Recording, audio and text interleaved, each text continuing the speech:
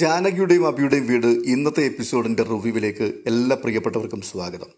അബി മുറിയിലേക്ക് കൊണ്ടുവന്ന ഫോട്ടോ ആരുടേതാണെന്ന് അന്വേഷിക്കുവാൻ വേണ്ടി അബി പോകുന്ന സമയത്ത് ആ മുറിക്കകത്തേക്ക് കയറിയ അപർണ ഇപ്പോൾ മുറിയിൽ പെട്ടുകിടക്കുകയാണ്. അബി മുറി പൂട്ടിയിട്ടാണ് പോയത്. ഒടുവിൽ അബി കൊണ്ടുവന്ന ചിത്രം കണ്ടുപിടിച്ചതിന് ശേഷം വേഗം അതിന്റെ ഫോട്ടോ എടുത്ത് തമ്പിക്ക് അയച്ചു കൊടുക്കുവാൻ വേണ്ടി വാതിൽ തുറക്കുവാൻ ശ്രമിച്ചപ്പോഴാണ് അപർണ മനസ്സിലാകുന്നത് താൻ ആ മുറിക്കകത്ത് കുടുങ്ങിപ്പോയി, മുറി പുറത്തു നിന്നാരോ പൂട്ടിയിരിക്കുന്നു എന്നുള്ളത്. താൻ പെട്ടു എന്ന് അപർണ മനസ്സിലാക്കിയതിനു ശേഷം ഒടുവിൽ കതവിൽ ആഞ്ഞാഞ്ഞു മുട്ടി വിളിക്കുന്നുണ്ട്. ഇതെല്ലാം കേട്ടുകൊണ്ട് പുറത്ത് നിരഞ്ജന നിൽക്കുന്നുണ്ട്. നിരഞ്ജനയാണെങ്കിൽ കതക് തുറക്കാനോ ഇതെന്ത് സംഭവിച്ചു എന്നുള്ളതിനെക്കുറിച്ച് അന്വേഷിക്കാനോ പോകാതെ ഉടൻ തന്നെ അബിയെ വിളിച്ച് വിവരങ്ങളൊക്കെ പറയുന്നു. ഇതൊക്കെയായിരുന്നു കഴിഞ്ഞ എപ്പിസോഡിൽ നമുക്ക് കാണുവാൻ സാധിച്ചത്. ഇന്നത്തെ എപ്പിസോഡിന്റെ തുടക്കത്തിൽ തന്നെ അപർണ വളരെ പരിഭ്രാന്തയായിട്ട് പറയുകയാണ്, ഇവിടെ ഇപ്പോഴുള്ള ആരും എന്താ എന്നെ അന്വേഷിക്കാത്തത്? തുടർന്ന് വാച്ചിലേക്ക് നോക്കിയിട്ട് അപർണ പറയുകയാണ്, സമയം ഇപ്പോൾ രാത്രിയായിട്ടുണ്ടാവണം. എന്നെ ഇവിടെ പൂട്ടിയിട്ടത് അബി തന്നെയാണ്. ഞാൻ ഈ റൂമിലേക്ക് കയറുന്നത് അബി കണ്ടിട്ടുണ്ടാവും. എല്ലാവർക്കും അറിയാം ഞാൻ ഈ റൂമിൽ പെട്ടുകിടക്കുകയാണെന്ന്. ഷോ, അമലെങ്കിലും ഒന്ന് വന്നിരുന്നെങ്കിൽ. ഇതൊക്കെ തനിയെ നിന്ന് പറഞ്ഞുകൊണ്ട് വല്ലാതെ പരിഭ്രമിക്കുകയാണ് അപർണ. ഈ സമയത്ത് ഒരു കപ്പ് ചായയും ഒക്കെ ആയിട്ട് നിരഞ്ജന സ്റ്റെയർകേസ് കയറി മുകളിലേക്ക് വരുന്നുണ്ട്. തുടർന്ന് നിരഞ്ജന ആബിയുടെ ഡോറിനോട് കാതോർത്തതിന് ശേഷം ഇപ്പോൾ അകത്തൊന്നും ശബ്ദമൊന്നും കേൾക്കുന്നില്ലല്ലോ, ഒരുപക്ഷെ നിലവിളിച്ചതുകൊണ്ട് പ്രയോജനമൊന്നുമില്ല എന്ന് കണ്ട് മിണ്ടാതിരിക്കുകയായിരിക്കും എന്ന് പറഞ്ഞ് അവിടെ നിന്നുകൊണ്ട് ചായ കുടിക്കുകയാണ്. തുടർന്ന് നിരഞ്ജന വീണ്ടും പറയുന്നുണ്ട്, എന്തായാലും അപർണയ്ക്ക് അബിയേട്ടൻ കൊടുത്തത് 8ന്റെ പണിയാണ്. മറ്റുള്ളവരുടെ ബെഡ്റൂമിൽ കയറി പരിശോധിക്കുന്നത് അത്ര നല്ല സ്വഭാവമല്ല. അതിന് ഈ ശിക്ഷ തന്നെ കൊടുക്കണം. ഇതിൽ പരം ഒരു അപമാനം ഇനി അപർണയ്ക്ക് വരാനില്ല. എല്ലാവരുടെയും മുൻപിൽ അഹങ്കരിച്ച് ജയിച്ചു നിന്നവളാ. ഇനിയിപ്പോ അപമാനം സഹിക്കാൻ കഴിയാതെ അവൾ എന്തെങ്കിലും അവിവേകം കാണിക്കുമോ? അഭിമാനമുള്ള ആർക്കും ഇതൊന്നും താങ്ങാൻ കഴിയില്ല. ഇത് മനസ്സിൽ പറഞ്ഞുകൊണ്ട് പെട്ടെന്ന് നിരഞ്ജന ചാടി എഴുന്നേറ്റ് ആ ഡോറിന് മുട്ടുവാൻ വേണ്ടി കൈയെടുക്കുമ്പോൾ പെട്ടെന്ന് തന്നെ അകത്തു നിന്ന് നിരഞ്ജന കതകിൽ ആഞ്ഞടിച്ചുകൊണ്ട്, ഒന്ന് വാതിൽ തുറക്കാൻ. ആരെങ്കിലും ഇത് കേൾക്കുന്നുണ്ടോ? ഞാനിതിനകത്ത് കുടുങ്ങിക്കിടക്കുകയാണെന്ന് വാതിൽ തുറക്കാരെങ്കിലും. അമൽ, ആരെങ്കിലും ഒന്ന് വാതിൽ തുറക്ക്. ആരെങ്കിലും എന്നെ പുറത്തോട്ടൊന്ന് തുറന്നുവിട്. ഇത് പറഞ്ഞുകൊണ്ട് അപർണ കതകിൽ മുട്ടി ഭയങ്കരമായിട്ട് ബഹളമുണ്ടാക്കുകയാണ്. ഉടനെ നിരഞ്ജന ഇത് കേട്ടുകൊണ്ട് പുറത്തു നിന്നുകൊണ്ട് പറയുകയാണ്, അവൾ അങ്ങനെ അവിവേകമൊന്നും കാണിക്കില്ല. എന്തായാലും കഷ്ടമായിപ്പോയി. അബിയേട്ടൻ പെട്ടെന്നൊന്ന് വന്നാൽ മതിയായിരുന്നു. പെട്ടെന്ന് താഴെ നിന്നൊരു ഹോൺ ശബ്ദം കേൾക്കുകയാണ്. ഉടനെ നിരഞ്ജന ഓടി താഴേക്ക് ഇറങ്ങി വരുന്നു. ഈ സമയത്ത് അജയ് എവിടെയോ പോയിട്ട് അകത്തേക്ക് കയറി വരികയാണ്. പെട്ടെന്ന് വല്ലാത്ത പരിഭ്രാന്തിയോടുകൂടി നിരഞ്ജന പറയുകയാണ്, അജയ് ഒന്ന് നിൽക്ക്. അബിയേട്ടൻ്റെ റൂമിൽ നിന്ന് എന്തൊക്കെയോ വലിയ ശബ്ദം കേൾക്കുന്നു. ഇത് കേട്ടുകൊണ്ട് അടുക്കളയിൽ നിന്ന് പ്രഭാവതിയും വരുന്നുണ്ട്. അപ്പോൾ അജയ് പറയുകയാണ്, ശബ്ദം കേൾക്കുന്നുണ്ടെങ്കിൽ പോയി നോക്കിക്കൂടെ? അതിനെന്തിനാ ഇങ്ങനെ വിറയ്ക്കുന്നത്? അപ്പോൾ നിരഞ്ജന പ്രഭാവതിയോട്, അമ്മേ ഒന്ന് പോയി നോക്ക്. ഇത് കേട്ടിട്ട് പ്രഭാവതി ചോദിക്കുകയാണ്, അയ്യോ, വീടിനുള്ളിൽ കള്ളൻ കയറിയോ? അപ്പോൾ അജയ്, അബിയേട്ടൻ ഇവിടെ ഇല്ലേ? അതിന് പ്രഭാവതി പറയുകയാണ്, അബി ജാനകി കൂടി ദീപാരാധന തൊഴാൻ പോയിരിക്കുകയാണ്. ഇത് കേട്ടിട്ട് നിരഞ്ജന, അബിയേട്ടനെ ഞാൻ വിളിച്ചു. അബിയേട്ടനും പൊന്നും ജാനകിയിടത്തെയും കൂടെ അമ്പലത്തിൽ എത്തിക്കഴിഞ്ഞു. പ്രഭാവതി വീണ്ടും നിരഞ്ജനയോട് ചോദിക്കുകയാണ്, അബിയോട് നീ വിവരം പറഞ്ഞില്ലേ? അമ്മ, അവര് ദീപാരാധന തൊഴാൻ ക്ഷേത്രത്തിൽ നിൽക്കുമ്പോൾ അവരോട് വീട്ടിൽ കള്ളം കയറിയെന്നൊക്കെ എങ്ങനെയാണ് എനിക്ക് പറയാൻ പറ്റുന്നത്? ഉടനെ പ്രഭാവതി ചോദിക്കുകയാണ്, അല്ല അപർണ മുകളിലല്ലേ? അത് കേട്ടിട്ട് തലയിൽ കൈ വെച്ചുകൊണ്ട് നിരഞ്ജന, അയ്യോ, ഞാനതങ്ങ് മറന്നു. തുടർന്ന് അജയ് പറയുന്നുണ്ട്, അത് കള്ളനൊന്നുമല്ല, നിനക്ക് തോന്നിയതായിരിക്കും, വെറുതെ ആളെ പേടിപ്പിക്കാൻ. ഞാനൊന്ന് പോയി നോക്കാം. ഇത് പറഞ്ഞുകൊണ്ട് അജയ് മുൻപോട്ടായുമ്പോൾ പെട്ടെന്ന് നിരഞ്ജന തടഞ്ഞുകൊണ്ട് പറയുകയാണ്, അജയ്, അങ്ങനെ പോകരുത്, നമുക്ക് പെട്ടെന്ന് പോലീസിൽ അറിയിക്കാം. അപ്പോൾ പ്രഭാവതി അജയോട് ചോദിക്കുകയാണ്, നീ എന്ത് ധൈര്യത്തിലാണ് ഈ പോകുന്നത്? കള്ളനാണെങ്കിൽ അവരുടെ കയ്യിൽ ആയുധമൊക്കെ കാണും. ഷെൽഫ് കുത്തിത്തുറക്കുന്ന ശബ്ദമായിരിക്കും നിരഞ്ജന കേട്ടത് ചിലപ്പോൾ. അതേ അമ്മേ, ശരിയാണ്, അങ്ങനെ ഒരു ശബ്ദം തന്നെയാണ് ഞാൻ കേട്ടത്. അബിയേട്ടനും ജാനകിയെടുത്തിയും റൂമിലില്ല എന്നറിഞ്ഞുകൊണ്ട് തന്നെയാണ് ഞാൻ ഇവിടേക്ക് ഓടി വന്നത്. എന്തായാലും ഭാഗ്യം, ഇപ്പോഴെങ്കിലും നിങ്ങൾ വന്നല്ലോ. എന്തായാലും വാ, ഞാൻ കാണിച്ചു തരാം എന്ന് പറഞ്ഞുകൊണ്ട് നിരഞ്ജന മുൻപേ മുകളിലേക്ക് കയറുകയാണ്. പിറകിന് പ്രഭാവതിയും അജയും കൂടി കയറിപ്പോവുകയാണ്. വാതിൽക്കൽ ചെന്ന് അല്പസമയം മിണ്ടാകുന്നതിന് ശേഷം നിരഞ്ജന പറയുകയാണ്, ഞാൻ സത്യമാണ് പറയുന്നത്, ഇതിനകത്തുനിന്ന് തന്നെയാണ് ശബ്ദം കേട്ടത്. അപ്പോൾ അജയ് ചോദിക്കുന്നുണ്ട്, എന്നിട്ട് ഇപ്പോൾ അനക്കമൊന്നും കേൾക്കുന്നില്ലല്ലോ, നീ എന്താ ആളെ പറ്റിക്കുകയാണോ? അല്ല അജയ്, സത്യമായിട്ട് ഞാൻ കേട്ടതാണ്. വീണ്ടും പ്രഭാവതി ചോദിക്കുകയാണ്, നിരഞ്ജനെ, നീ ശരിക്കും കേട്ടത് തന്നെയാണോ? ഇതെല്ലാം അകത്ത് നിന്നുകൊണ്ട് അപർണ കേൾക്കുകയാണ്. അപർണ എന്നിട്ട് പറയുകയാണ്, ദൈവമേ, അവൾ എല്ലാവരെയും കൂട്ടി വന്നു. എൻ്റെ ജീവൻ അങ്ങ് പോയിരുന്നെങ്കിൽ. ദൈവമേ, ഇപ്പോൾ വാതിൽ തുറക്കുമല്ലോ. ഈ സമയത്ത് തന്നെ അമൽ അവിടേക്ക് കയറി വരുന്നുണ്ട്. അമൽ മുകളിലേക്ക് കയറി വരുമ്പോൾ നിരഞ്ജന പറയുന്ന വാക്കുകളാണ് അമൽ കേൾക്കുന്നത്. അജയ്, അകത്താരും ഉണ്ട്, എനിക്ക് ഉറപ്പാണ്, ഞാൻ ആ ശബ്ദം കേട്ടതാണ്. പെട്ടെന്ന് ഒരു ഞെട്ടലോടെ അമൽ അവിടേക്ക് ഓടിയെത്തുന്നു. എന്നിട്ട് ചോദിക്കുകയാണ്, എന്താണ് എല്ലാവരും കൂടി അഭിയേട്ടന്റെ റൂമിന്റെ മുൻപിൽ? അതിന് അജയ് പറയുക, എടാ, ഈ റൂമിനുള്ളിൽ നിന്നും എന്തോ വലിയ ശബ്ദം കേട്ടെന്നാണ് നിരഞ്ജന പറയുന്നത്. ഇപ്പോ ദേ ഒന്നും കേൾക്കുന്നുമില്ല. അല്ല, ഏട്ടനും ഏട്ടത്തിയൊക്കെ എവിടെ പോയി? അവർ ക്ഷേത്രത്തിൽ പോയിരിക്കുകയാണ്. അകത്ത് കയറിയിരിക്കുന്നത് കള്ളൻ തന്നെയാണ്. നമ്മുടെ ശബ്ദം കേട്ട് പതുങ്ങിയിരിക്കുകയാണ് എന്ന് നിരഞ്ജന പറയുന്നുണ്ട്. ഈ സമയത്ത് അപർണയുടെ മുറിയിൽ പരിശോധിച്ചതിന് ശേഷം പ്രഭാവതി ഓടി വന്നിട്ട് പറയുകയാണ്, അപർണയുടെ മുറിയിൽ കാണുന്നില്ല, അവളുടെ ഫോൺ മാത്രം അവിടെ ഇരിപ്പുണ്ട്. പെട്ടെന്നൊരു ഞെട്ടലോടെ നിരഞ്ജന ചോദിക്കുകയാണ്, അയ്യോ, അപർണ അപ്പോൾ എവിടെ പോയി? പിന്നീട് പുറത്ത് അപർണയ്ക്ക് വേണ്ടിയുള്ള തിരച്ചിലൊക്കെ നടക്കുകയാണ്. ഈ സമയത്ത് അപർണ മുറിക്കുള്ളിൽ തലയിൽ കൈ വെച്ചുകൊണ്ട് കുനിഞ്ഞിരിക്കുകയാണ്. പെട്ടെന്ന് അമല് കതവിൽ മുട്ടിയിട്ട് വിളിക്കുകയാണ്, അപർണെ വാതിൽ തുറക്കാൻ. നീയാണ് ഈ റൂമിലെന്ന് എനിക്ക് നന്നായിട്ടറിയാം. എടി, വാതിൽ തുറക്കാനാണ് പറഞ്ഞത്. ഇതൊക്കെ കേട്ട് ഞെട്ടിത്തരിച്ച് അപർണ അകത്തിരിക്കുമ്പോൾ വീണ്ടും അമല് പറയുകയാണ്, എടി അപർണെ, നിന്നോടാണ് പറഞ്ഞത് വാതിൽ തുറക്കാൻ. തുടർന്ന് അമല് ഡോറിന്റെ ലോക്ക് പിടിച്ചു തിരിക്കുമ്പോൾ പെട്ടെന്ന് നിരഞ്ജന പറയുകയാണ്, അമലെ, അരുത്, ചിലപ്പോൾ കള്ളനാണെങ്കിൽ ചിലപ്പോൾ കുത്തിയാലോ? അകത്തുള്ളത് അപർണയാണെങ്കിൽ മിണ്ടൂല്ലേ? അപ്പോൾ പ്രഭാവതി വീണ്ടും ചോദിക്കുകയാണ്, അപ്പോൾ അപർണ എവിടെ പോയി? നിരഞ്ജന ചോദിക്കുന്നത് അത് തന്നെയാണ് ഞാനും ചിന്തിക്കുന്നത്. അപ്പോൾ അജയ് ചോദിക്കുന്നുണ്ട്, അപർണയാണെങ്കിൽ അഭിയേട്ടന്റെ മുറിയിൽ കയറി എന്തിനാണ് അടച്ചിട്ടിരിക്കുന്നത്? ഇതൊക്കെ കേട്ടിട്ട് വീണ്ടും അമല് പറയുകയാണ്, എടി, വാതിൽ തുറക്കാനാണ് ഞാൻ നിന്നോട് പറഞ്ഞത്, ഇല്ലെങ്കിൽ ഞാൻ ഈ കതവിപ്പോൾ ചവിട്ടിപ്പൊളിക്കും. വീണ്ടും നിരഞ്ജന അമലിനെ കയറി തടയുകയാണ്. അമലെ, കള്ളന്റെ കയ്യിൽ എന്തെങ്കിലും മാരകായുധം കാണും, എന്തിനാണ് ഈ അവിവേകം കാണിക്കുന്നത്? പക്ഷേ അമൽ വീണ്ടും കതകിൽ ആഞ്ഞടിച്ചുകൊണ്ട് പറയുകയാണ്, എടി, കതക് തുറക്കാനാ പറഞ്ഞത്. ഒടുവിൽ സഹി കെട്ടിട്ട് അപർണ മറുപടി പറയുകയാണ്, എടാ, കതക് പുറത്തുനിന്ന് ലോക്ക് ചെയ്തിരിക്കുകയാണ്. പെട്ടെന്ന് നിരഞ്ജന പറയുകയാണ്, അത് അപർണ തന്നെയാണ്. അപർണേ, നീ എങ്ങനെയാണ് അകത്ത് പെട്ടുപോയത്? അയ്യോ, ലോക്ക് ചെയ്തിരിക്കുകയാണ്, തുറക്കാനായിട്ട് ഇവിടെ എങ്ങും താക്കോലുമില്ല. പെട്ടെന്ന് പ്രഭാവതി പറയുകയാണ്, താക്കോല് അബിയുടെ പോക്കറ്റിൽ കാണും. മനുഷ്യനെ പേടിപ്പിച്ചു കളഞ്ഞല്ലോ. നിനക്ക് അവളുടെ റൂമിലൊന്ന് നോക്കിയിട്ട് ഓടി വന്നാൽ പോരായിരുന്നോ? അമ്മ പെട്ടെന്ന് മുറിക്കകത്തുനിന്ന് ഒരു ഒച്ച കേട്ട് കഴിഞ്ഞപ്പോഴേക്കും കയ്യും കാലും വിറച്ചിട്ട് എനിക്ക് വയ്യായിരുന്നു. അബിയേട്ടനും ജാനകിയെടുത്തിയും അമ്പലത്തിലേക്ക് പോകുന്നത് ഞാൻ എൻ്റെ കണ്ണുകൊണ്ട് കണ്ടതാ. തുടർന്ന് ഈ മുറിക്കകത്തുനിന്ന് ഇങ്ങനെ ഒരു ഒച്ച കേൾക്കുമ്പോൾ ഓടാതെ ഇവിടെ പിടിച്ചു നിൽക്കുവാനുള്ള മനക്കെട്ടിയൊന്നും എനിക്കില്ല. ഞാൻ ശരിക്കും പേടിച്ചു പോയി. അപ്പോൾ അജയ് ചോദിക്കുന്നുണ്ട്, അപർണ എങ്ങനെ അകത്ത് പെട്ടു? അവർ റൂമിലേക്ക് വരുന്ന സമയത്ത് അപർണ ആ റൂമിനകത്ത് കയറിയിരിപ്പുണ്ടാവും. അവരെ കണ്ടുകൊണ്ട് പെട്ടെന്ന് എവിടെയെങ്കിലും കയറി ഒളിച്ചതായിരിക്കും അവർ കാണാതിരിക്കാൻ വേണ്ടി. തുടർന്ന് അവർ റൂം പൂട്ടിപ്പോയി, അവൾ അകത്ത് പെട്ടു, അത്രേ ഉള്ളൂ. അപ്പോൾ അമല് പറയുന്നുണ്ട്, നാണക്കേടെന്നല്ലാതെ എന്ത് പറയാനാ, കഷ്ടം തന്നെ. ഉടനെ അജയ് അമലിനോട് പറയുന്നുണ്ട്, എടാ, നീ ഏട്ടനെ വിളിച്ച് പെട്ടെന്ന് വരാൻ പറ, വെറുതെ വാതിൽ പൊളിക്കാനൊന്നും നിൽക്കണ്ട. അത് കേട്ടിട്ട് പ്രഭാവതിയും പറയുകയാ, വിളിച്ചു പറയടാ, ഭാര്യയുടെ കയ്യിലിരിപ്പൊന്നും ആരും അറിയണ്ട. എന്തൊരു നാണം കെട്ട ഏർപ്പാട്. ഇതൊക്കെ കേട്ടുകൊണ്ട് അപർണ ആ മുറിക്കകത്താകെ നാറി വല്ലാത്തൊരു അസ്വസ്ഥതയോടെ നിൽക്കുകയാണ്. തുടർന്ന് ഓരോരുത്തരായി അവിടുന്ന് മടങ്ങിപ്പോകുമ്പോൾ അമല് പറയുന്നുണ്ട്, എന്തായാലും അഭിയേട്ടൻ വരുന്നതുവരെ അവളവിടെ കിടക്കട്ടെ. തുടർന്ന് കാണുന്നത് അമ്പലത്തിലൊക്കെ പോയതിനു ശേഷം പൊന്നൂന് ഐസ്ക്രീമും ഒക്കെ വാങ്ങിക്കൊടുത്തിട്ട് അബീബ് ജാനകിയും കൂടി അവിടുന്ന് പുറത്തേക്ക് ഇറങ്ങി വരുന്ന കാഴ്ചയാണ്. പൊന്നു ഐസ്ക്രീമും ഒക്കെ പിടിച്ചുകൊണ്ടാണ് വരുന്നത്. അപ്പോൾ ജാനകി പറയുന്നുണ്ട്, അത് അകത്തിരുന്ന് കഴിച്ച് തീർത്തിട്ട് വന്നാൽ മതി എന്ന് ഞാൻ പറഞ്ഞതാ, പക്ഷെ കേൾക്കില്ല. ഉടനെ പൊന്നു, അത് ഞാൻ കാറിനകത്തിരുന്ന് കഴിച്ചോളാം അമ്മേ. അതവിടെ കയ്യിലിരിക്കട്ടെ, പൊന്നു ഹാപ്പിയല്ലേ എന്ന് അബി ചോദിക്കുമ്പോൾ, പൊന്നു ഹാപ്പിയാണച്ചാ, അച്ഛൻ ഹാപ്പിയാണോ എന്ന് പൊന്നുവിൻ്റെ മറുചോദ്യം. പിന്നെ അച്ഛൻ ഹാപ്പിയല്ലേ എപ്പോഴും. അപ്പോൾ ജാനകി പറയുകയാണ്, എൻ്റെ മോളുടെ സന്തോഷം പോലും ശ്രദ്ധിക്കാൻ എനിക്ക് സാധിക്കുന്നില്ലല്ലോ എന്നുള്ള വിഷമത്തിലാണ് ഞാനിപ്പോൾ. പ്രായത്തേക്കാൾ കൂടുതൽ പക്വത അവൾക്കുള്ളത് കൊണ്ടാണ് ഇതൊക്കെ അവൾക്ക് സഹിക്കേണ്ടി വരുന്നത്. ജാനകി, പൊന്നൂനെ ഓർത്ത് നീ വിഷമിക്കണ്ട, ഞാൻ അവളെ ശ്രദ്ധിക്കുന്നുണ്ടല്ലോ. ഇത്രയും ദിവസം കഴിഞ്ഞു പോയില്ലേ, ഇനി ഒരു പരീക്ഷണം കൂടിയല്ലേ ഉള്ളൂ. അബിയേട്ടന് തോന്നുന്നുണ്ടോ അയാളുടെ ഫോട്ടോ കണ്ടാൽ അമ്മ തിരിച്ചറിയുമെന്ന്? ജാനകി, അത് കണ്ടിട്ടും അമ്മയ്ക്ക് പ്രത്യേകിച്ച് പ്രതികരണങ്ങളൊന്നുമില്ല എന്നുണ്ടെങ്കിൽ പിന്നെ നമുക്കൊന്നും ചെയ്യാൻ കഴിയില്ല. അത് നീ ഇപ്പോഴേ മനസ്സിലാക്കിയിരുന്നാൽ മതി. എന്തായാലും നീ വണ്ടിയിൽ കയറ്. നിന്റെ അനിയത്തി കെണിയിൽ വീണ പെൺപുലിയെ പോലെ നമ്മുടെ റൂമിൽ കിടക്കുകയാ. നമ്മൾ ചെന്നിട്ട് വേണം അവളെ ഇറക്കി വിടാൻ. അയ്യോ, ആരെക്കുറിച്ചാണ് അബിയേട്ടൻ ഈ പറയുന്നത്? നിന്റെ സ്വന്തം അനിയത്തിയെക്കുറിച്ച് തന്നെയാണ്. അപർണ ഇപ്പോൾ നമ്മുടെ റൂമിലാണ്. അത് അബിയേട്ടൻ എങ്ങനെ അറിഞ്ഞു? അറിഞ്ഞതുകൊണ്ടല്ലേ പറഞ്ഞത്. അവൾക്കൊരു ചെറിയ ശിക്ഷ വേണമെന്ന് എൻ്റെ മനസ്സ് പറഞ്ഞു, അതുകൊണ്ട് തന്നെ ചെയ്തതാ. പക്ഷേ നിരഞ്ജന ആ ശിക്ഷ കുറച്ചുകൂടി അങ്ങ് വലുതാക്കി. അബിയേട്ട, അപർണയ്ക്ക് എന്താ പറ്റിയെന്ന് അബിയേട്ടൻ അങ്ങ് പറ. അത് കേട്ടിട്ട് അബി, ഉണ്ടായത് ഞാൻ പറയാം എന്ന് പറഞ്ഞിട്ട് സംഭവിച്ച കാര്യങ്ങളൊക്കെ ജാനകിയോട് വിവരിക്കുകയാണ്. ആ ദൃശ്യങ്ങളൊക്കെ ഈ സമയത്ത് കാണിക്കുന്നുണ്ട്.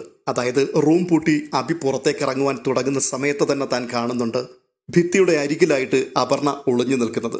ഈ കാഴ്ച കണ്ടുകൊണ്ട് അപകടം മണത്ത അബി അവിടെ നിന്ന് മെല്ലെ താഴേക്ക് ഇറങ്ങിപ്പോകുന്നു. എന്നാൽ അബി യാത്രയായി എന്നുള്ള ചിന്തയിൽ അപർണ മുറിക്കകത്തേക്ക് കയറുന്നു. അവിടെ തിരച്ചിൽ ആരംഭിക്കുന്നു. ഈ സമയത്ത് അബി മുകളിലേക്ക് കയറി വരികയും പെട്ടെന്ന് പുറത്തു നിന്ന് റൂം ലോക്ക് ചെയ്യുകയും ചെയ്യുന്നു. തുടർന്ന് താക്കോലുമായി പുറത്തിറങ്ങി നിന്നുകൊണ്ട് അബി പറയുകയാണ്, രഹസ്യം ചോർത്താൻ കയറിയതല്ലേ, ഇത് നിനക്കൊരു പാഠമായിരിക്കട്ടെ. ഞങ്ങൾ വരുന്ന സമയം വരെ നീ അതിനകത്ത് കിടക്ക്.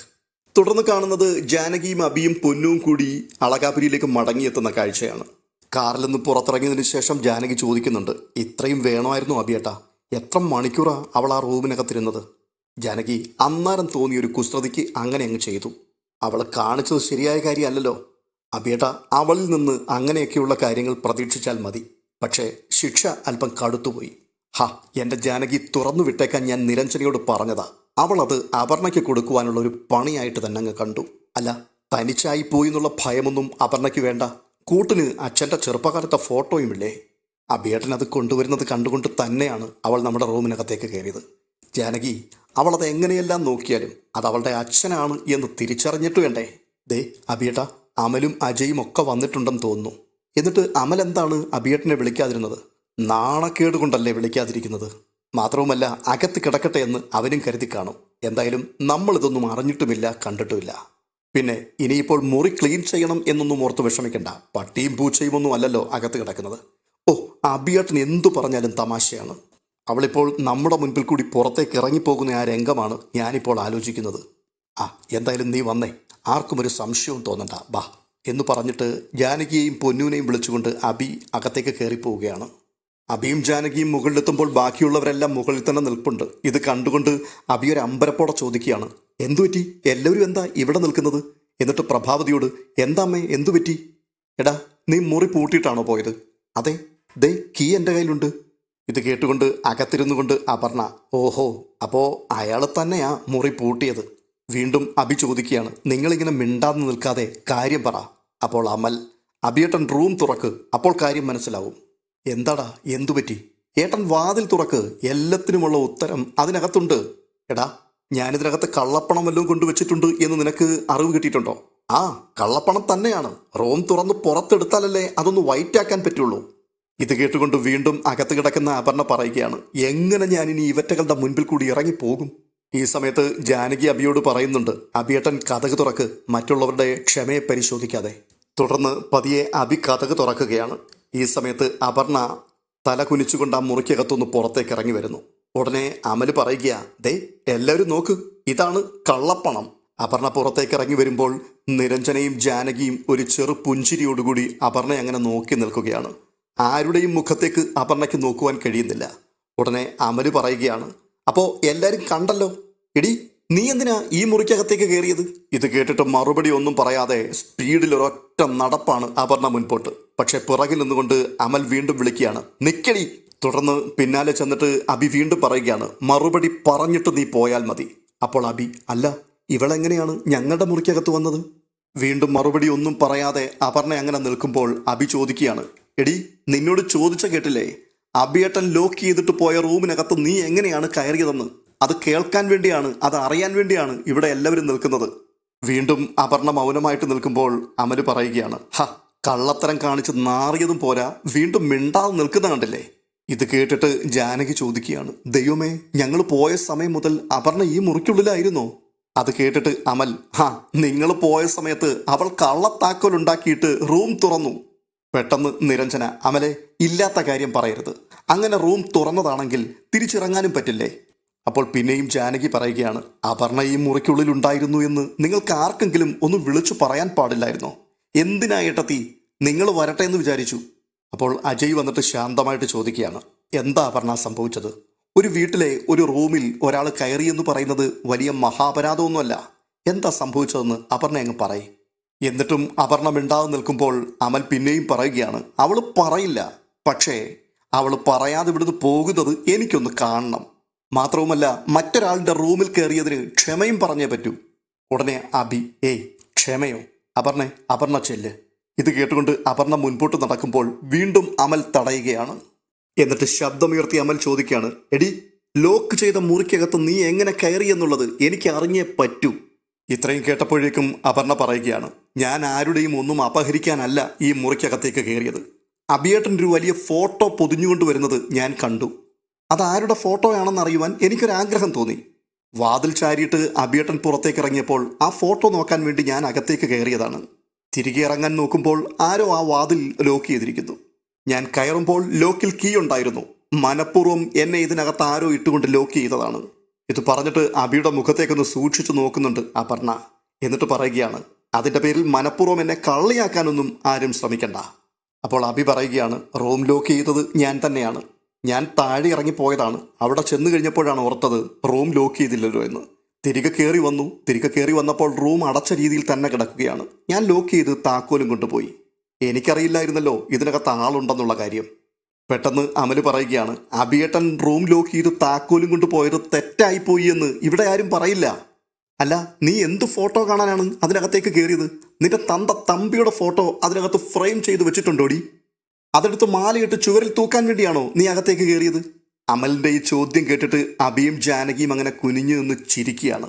മറുപടി ഒന്നും പറയാതെ വളരെ ധാർഷ്ട്യത്തോടു കൂടി തന്നെ ഈ സമയത്ത് അപർണ മുൻപോട്ടങ്ങ് നടന്നു പോവുകയാണ്. പെട്ടെന്ന് ജാനകി ഓടി വന്ന് അമലിനോട് പറയുകയാ, അമലെ, എന്തൊക്കെയായി വിളിച്ചു പറഞ്ഞേ? ദേ, ഇനി ഇതിൻ്റെ പേരിൽ ഇവിടെ ഒരു പ്രശ്നം ഉണ്ടാക്കരുത്. ഇതും പറഞ്ഞുകൊണ്ട് അവളെ തേജോവധം ചെയ്യാൻ ഇനി നീ ശ്രമിക്കുകയും ചെയ്യരുത്. അജയ് പറഞ്ഞതുപോലെ ഒരു വീട്ടിലെ ഏത് മുറിയിലും ആര് കയറുന്നതിനും ഒരു തെറ്റുമില്ല. ഏട്ടത്തി, അത് ആള് കൂടെ ഉള്ളപ്പോൾ. അമലെ, അങ്ങനെയൊന്നും അല്ല. ഫോട്ടോ കാണാനുള്ള ഒരു കൗതുകത്തിന് അവൾ ആ മുറിക്കകത്തേക്കൊന്ന് കയറിപ്പോയി.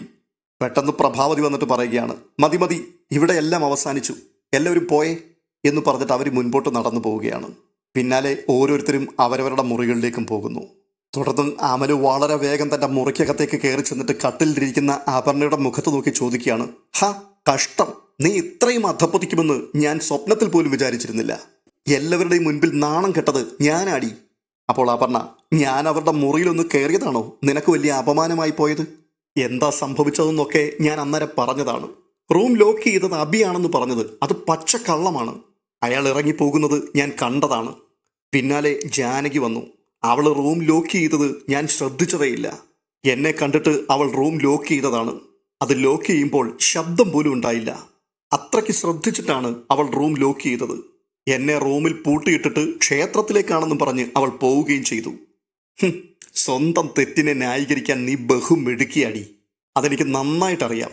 നീ ഒരു കഥ തന്നെ ഉണ്ടാക്കി കളഞ്ഞല്ലോടി ഇവിടെ. നീ വിശ്വസിക്കണ്ടടാ. നിനക്ക് വിശ്വാസം നിന്റെ ഏടത്തിയല്ലേ? എടീ, ജ്യൂസിൽ മദ്യം കലർത്തി തന്നു നീ എൻ്റെ മാനം കളഞ്ഞവളാ. നീ മറന്നാലും ഞാനത് മറക്കില്ല.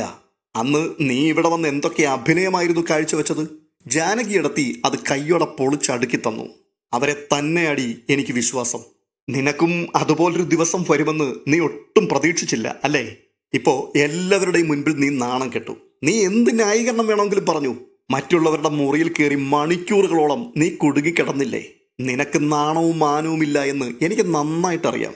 നിർത്തടാ. നീ അവരുടെ മുൻപിൽ വെച്ച് എന്നെ താറടിച്ചു പറഞ്ഞതൊക്കെ ഞാൻ കേട്ടതാ. ആർക്കുമില്ലാത്ത പരിഹാസമായിരുന്നല്ലോ നിനക്ക്. പക്ഷേ അജയ് പറഞ്ഞതൊക്കെ നീ കേട്ടില്ലേ? അയാൾക്കുള്ള മനസ്സ് പോലും നിനക്കില്ലാതെയായി പോയല്ലോടാ. എന്നെ രക്ഷിക്കുവാൻ വേണ്ടി നീ വരുമെന്ന് കരുതിയാണ് ഞാൻ അതിനകത്ത് കഴിച്ചുകൂട്ടിയത്. പക്ഷേ ആശ്വസിപ്പിക്കുവാൻ ഒരു വാക്കെങ്കിലും നീ പറഞ്ഞോ? എന്നാൽ എന്നെ നിലത്തിട്ട് ചവിട്ടി അരയ്ക്കാൻ നീ കൂട്ടുനിന്നു. നിന്നോട് എനിക്ക് കുറച്ച് അടുപ്പമൊക്കെ ഇപ്പോൾ വന്നു തുടങ്ങിയതാണ്. അത് തെറ്റായിപ്പോയി എന്ന് എനിക്ക് ഇപ്പം മനസ്സിലായടാ. നിന്നെ ഞാൻ വെറുക്കുകയാണ്. എടീ, നീ എന്നോട് കാണിച്ച അടുപ്പമൊക്കെ എന്തിനാണെന്ന് മനസ്സിലാക്കാനുള്ള ബുദ്ധിയൊക്കെ എനിക്കും ഉണ്ടടി.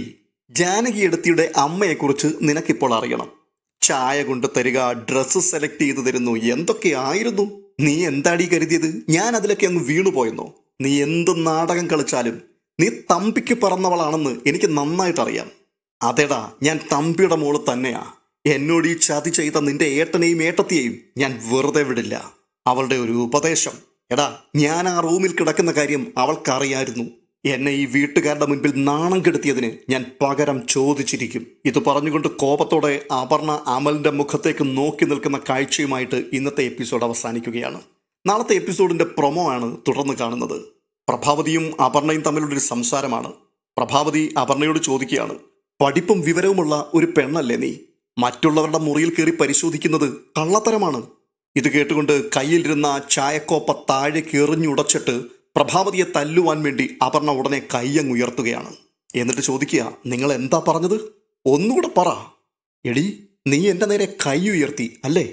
ഉയർത്തുക മാത്രമല്ല, അനാവശ്യം പറഞ്ഞ തല്ലുകയും ചെയ്യും. അപർണയുടെ അപ്രതീക്ഷിതമായിട്ടുള്ള ഈ പ്രതികരണങ്ങൾ കണ്ടുകൊണ്ട് പ്രഭാവതി അങ്ങനെ പകച്ചു നോക്കി നിൽക്കുകയാണ്. തുടർന്ന് കാണുന്നത് ജാനകിയുടെ അമ്മ കട്ടിലിൽ കിടക്കുന്ന കാഴ്ചയാണ്.